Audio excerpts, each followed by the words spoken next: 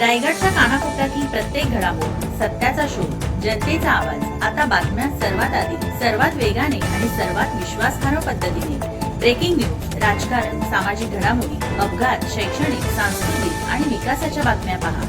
रायगडचा बुलंद आवाज news channel, का सत्याची धार लेखणीची. आपल्या हक्काचे न्यूज चॅनल, रायगडचा बुलंद आवाज न्यूज चॅनल. लाईक करा, शेअर करा आणि सबस्क्राईब करा. एसटी महामंडळाच्या 78व्या वर्धापन दिनानिमित्त पोलादपूर बसस्थानकात 50 वृक्षांची लागवड. महाराष्ट्र राज्य मार्ग परिवहन एसटी महामंडळाच्या 78व्या वर्धापन दिनानिमित्त राज्यभर राबविण्यात येत असलेल्या पर्यावरण संवर्धन उपक्रमांतर्गत पोलादपूर बसस्थानकाच्या वतीने 50 वृक्षांची लागवड करण्यात आली.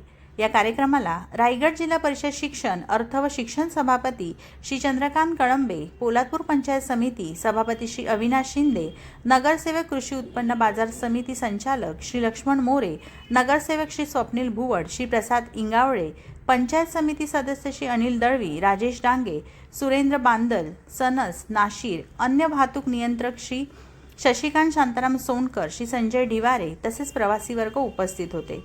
यावेळी उपस्थित मान्यवरांच्या हस्ते वृक्षारोपण करण्यात आले. कार्यक्रमात बोलताना श्री चंद्रकांत कळंबे यांनी केवळ झाडे लावणे पुरेसे नसून त्यांचे संगोपन आणि संवर्धन करणेही तितकेच महत्त्वाचे असल्याचे सांगितले.